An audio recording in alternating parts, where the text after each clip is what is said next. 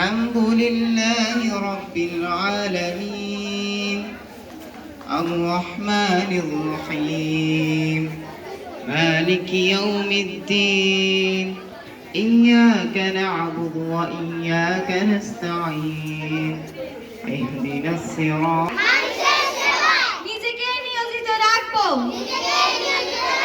দেশের প্রতি অনুগত থাকবো দেশের একতা ও সংহতি বজায় রাখার জন্য সর্বদা সচেষ্টায় থাকবো।